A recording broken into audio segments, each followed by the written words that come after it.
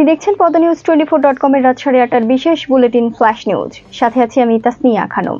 facebook.com/podnews24 page follow করে আমাদের সাথেই থাকুন।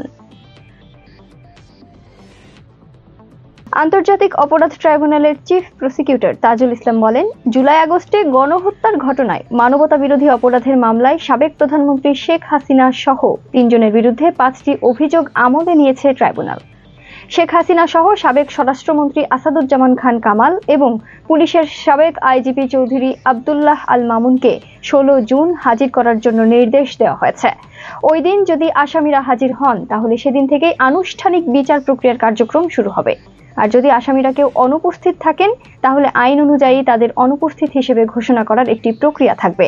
সেদিন আদালতে সেটি আনুষ্ঠানিকভাবে ঘোষণা করবেন। রোববার আন্তর্জাতিক অপরাধ ট্রাইব্যুনালের সংবাদ সম্মেলনে তিনি এসব কথা বলেন। বিএনপির জাতীয় স্থায়ী কমিটির সদস্য খন্দকার মোশাররফ হোসেন বলেন, 16 বছর যাবৎ জনগণ ভোটের অধিকার পায় না। ডিসেম্বরে নির্বাচন দিয়ে নির্বাচিত সরকারের হাতে ক্ষমতা হস্তান্তর করে সসম্মানে যেতে পারেন। রোববার জাতীয় প্রেস ক্লাবে আলোচনা সভায় তিনি একথা বলেন। বিএনপি নেতা বলেন, ঐক্যমতের জন্য প্রধান উপদেষ্টা আবারও দ্বিতীয়বারের মতো আলোচনা শুরু করবেন। বিএনপি যাবে, কিন্তু গেলেই বা কি করা যাবে? মিনিমাম যে সংস্কারে সব রাজনৈতিক দলগুলো একমত আছে তা নিয়ে নির্বাচনমুখী হন। বিদেশের নাগরিকদের ভুল পথে পরিচালিত করবেন, জাতিকে দ্বিধা বিভক্ত করবেন। যারা বিতর্কিত উপদেষ্টা তাদের বাদ দিয়ে নিরপেক্ষ নির্বাচন অনুষ্ঠানের দিক দিয়ে এগিয়ে যাওয়ার আহ্বান জানান তিনি। 2004 সালের 21 আগস্ট গ্রেনেড হামলা মামলায় মৃত্যুদণ্ডপ্রাপ্ত সাবেক স্বরাষ্ট্রমন্ত্রী লুৎফুজ্জামান বাবর ও যাবজ্জীবন দণ্ডপ্রাপ্ত আসামি বিএনপির ভারপ্রাপ্ত চেয়ারম্যান তারেক রহমান সহ সব আসামিকে খালাস দিয়ে হাইকোর্টের রায়ের বিরুদ্ধে রাষ্ট্রপক্ষের লিভ টু আপিল গ্রহণ করেছেন আপিল বিভাগ।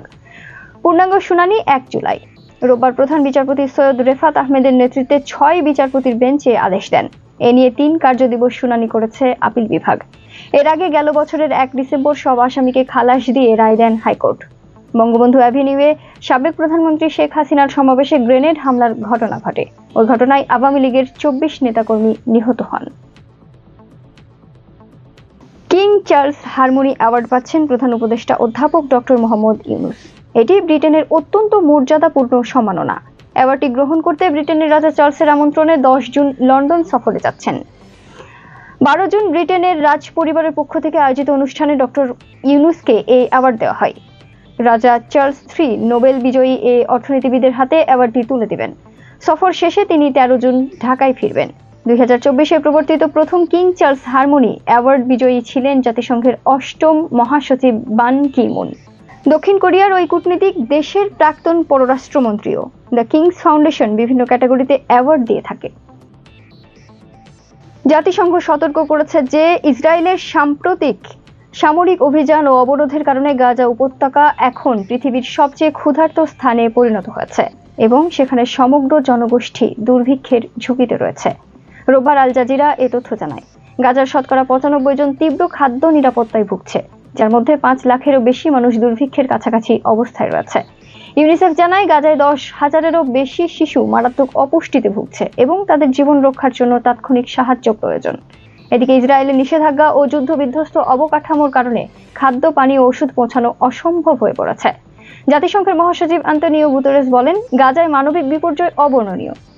অবিলম্বে যুদ্ধবিরতি ও সাহায্য সরবরাহের অনুমোদন প্রয়োজন। অভিনেত্রী আজমেরি হক বাঁধন ছাত্র আন্দোলনের শুরু থেকেই সামাজিক যোগাযোগ মাধ্যম ও রাজপথে সরব ছিলেন। শিক্ষার্থীদের সঙ্গে একমত প্রকাশ করে সবসময় সাধারণ মানুষের পক্ষে কথা বলেছেন।